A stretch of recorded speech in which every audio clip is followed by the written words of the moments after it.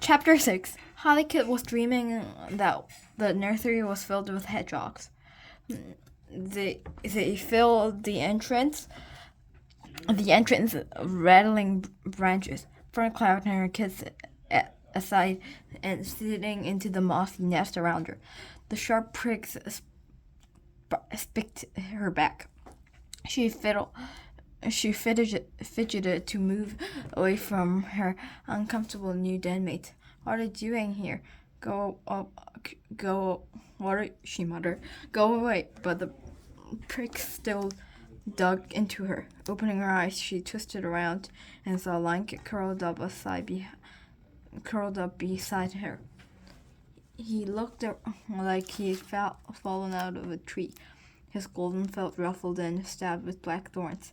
He jabbed his paw with his forepaw. Hey, she whispered. Why did you pick up these thorns?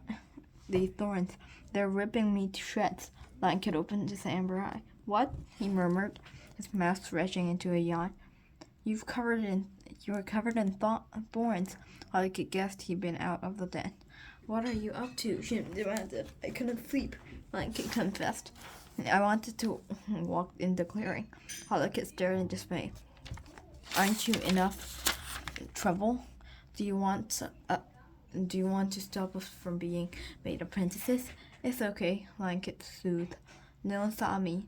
He sat up and wiped his paws over his face, except Mousepaw, and he won't tell.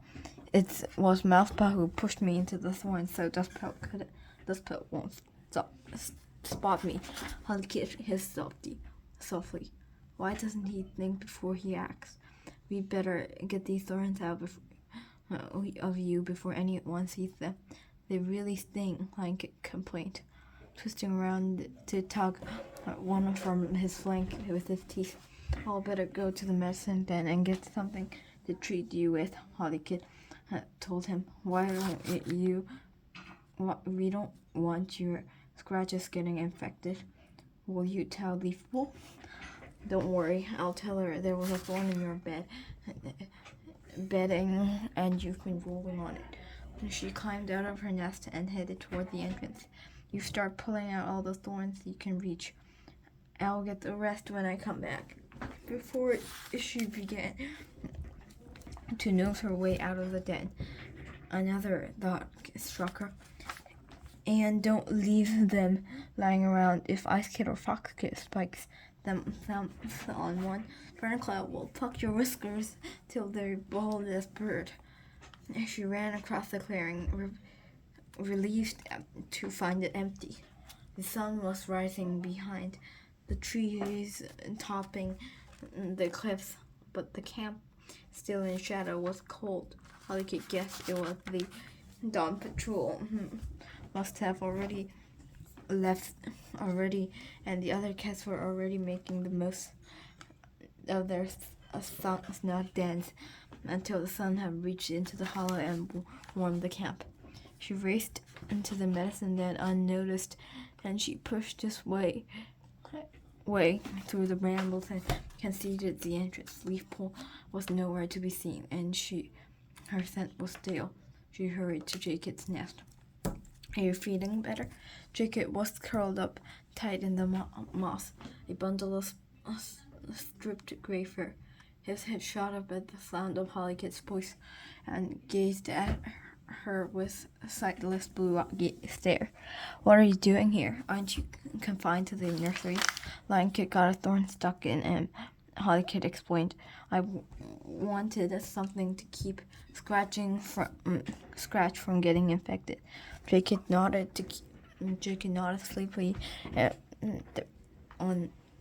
sleepily to back into the den.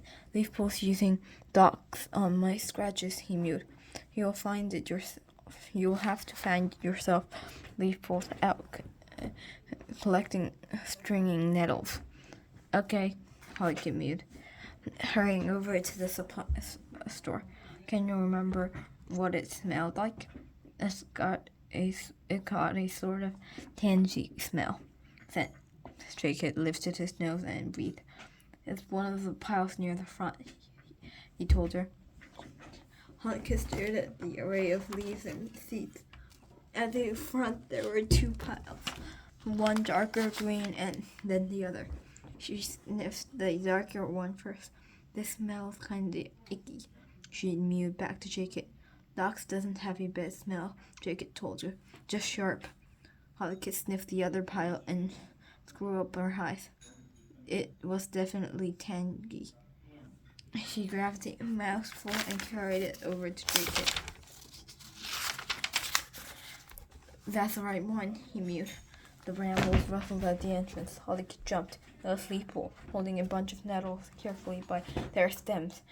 The dew still glistened on their jagged leaves. She noticed the pile of dock leaves beside Hollycock. Your brother's healing well, she mewed. He doesn't need any more treatment. He only needs rest. I'm not treating Jacob, Hollycock explained. Link's been scratched by a thorn in his bedding. Leafpool opened his eyes wide in surprise. How do you know to use Doc? Hollycock stared uncertainly at the medicine cap. Jacob told me.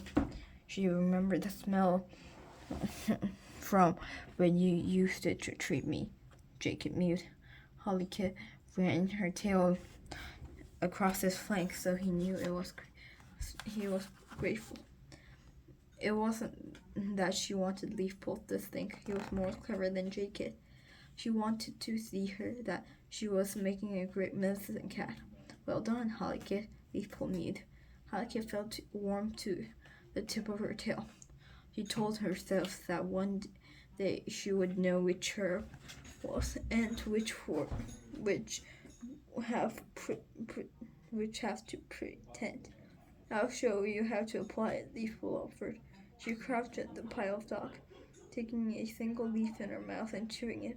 Once it was well chewed, she held out her paw and licked the juice from the dock leaf into her fur. Then she spat out the remainder of the leaf. Make sure you lick it firmly so it steeps right into the wound, she advised. It may sting, but it'll help a lot more pain if you do it properly. Hollycock watched carefully. Do you want to try it before you go? Leafpool asked. I think I should get back to Lion-Kit. Hollycock mewed, wanting to return to the nursery before Daisy and Fruit Clan realized she was missing. He was pretty sore. I could come too, Leafpool offered. Hollycock was about to say yes when she hesitated. If Leafpool saw how many thorns were tangled in Lion-Kit's pelt, both kids would be in trouble. Thanks, but you must have things to do, she mewed. I will come and get you if I need help.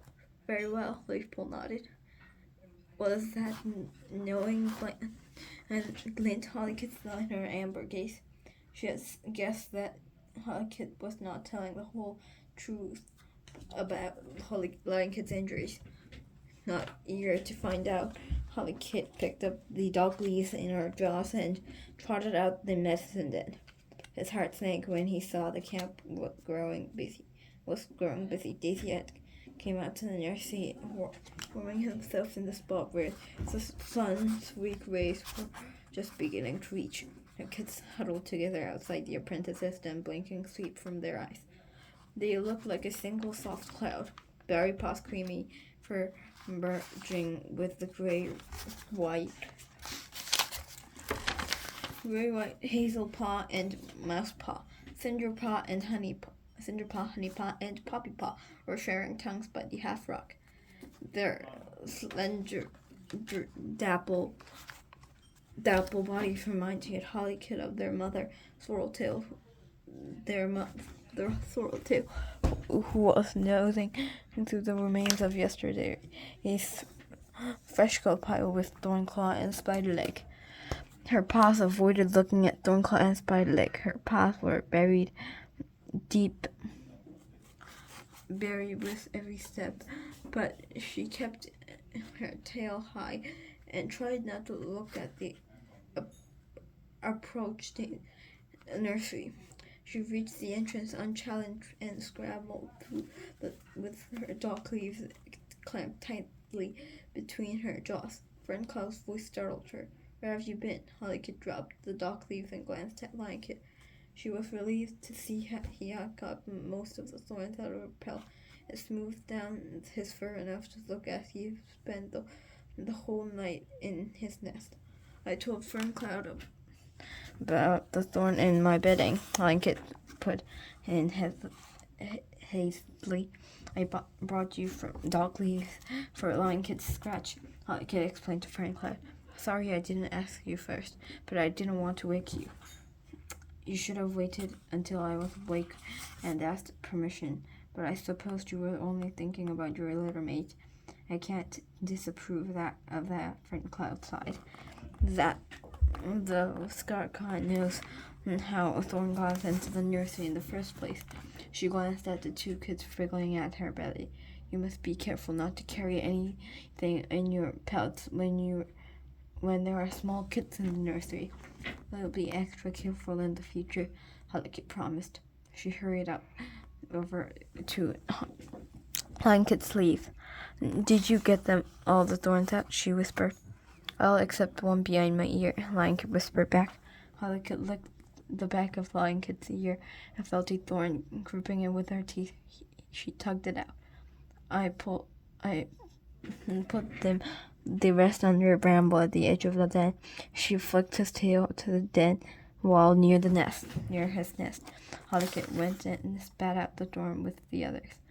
"You can reach it under from outside and track them out later," she mewed.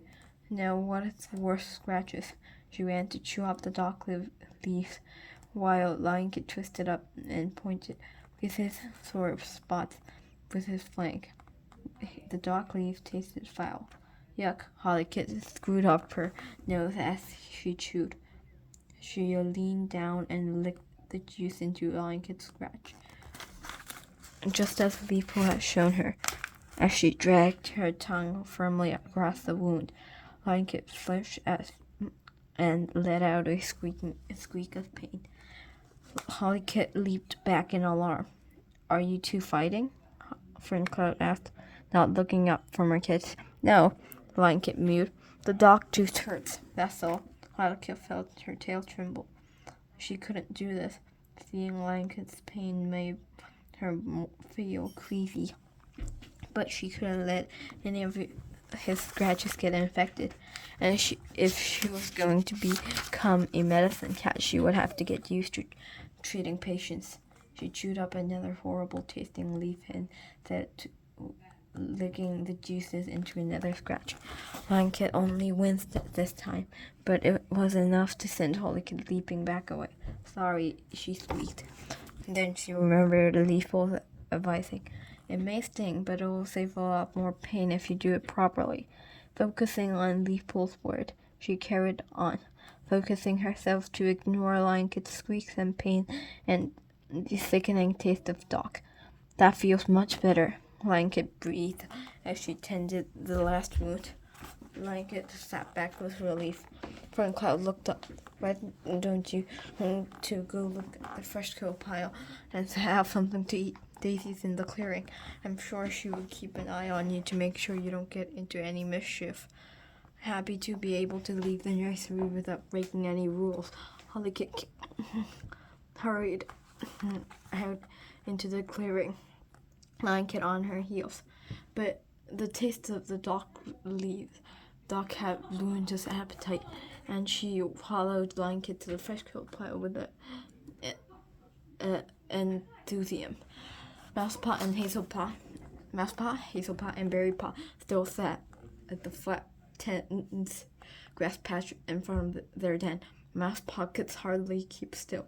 "Brambleclaw told me our assessments will begin after sun-high," he mewed excitedly.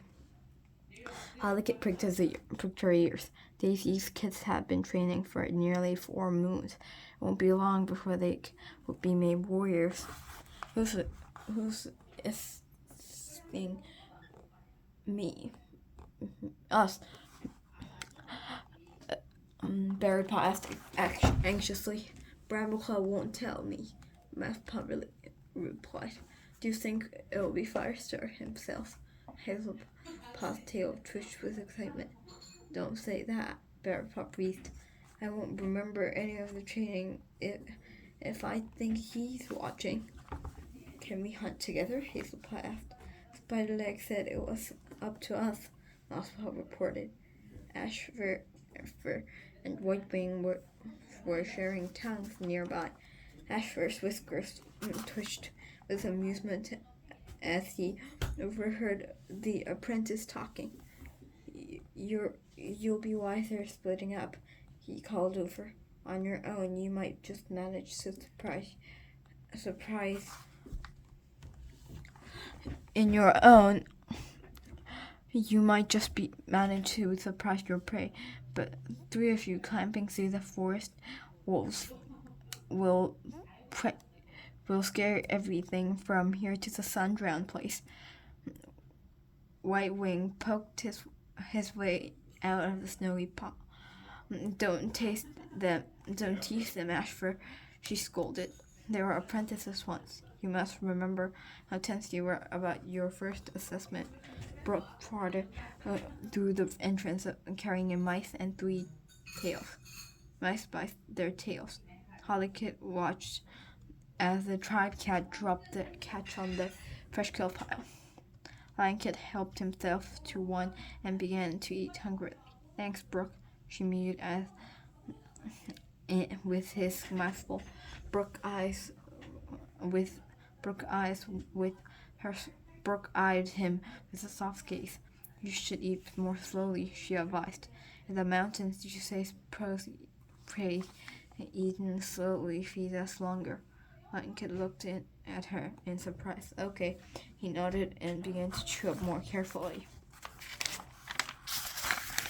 Hollykit watched as the mountain cat twisted to smooth down her brown tabby pelt.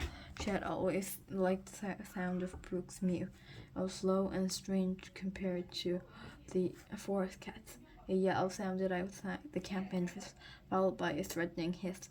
Hollykit recognized Honeypaw's voice. Honeypaw's mentor, Sandstorm, raced toward the entrance tunnel. Honeypaw, she called. What is it? Hollykit held her breath. Was the camp being attacked?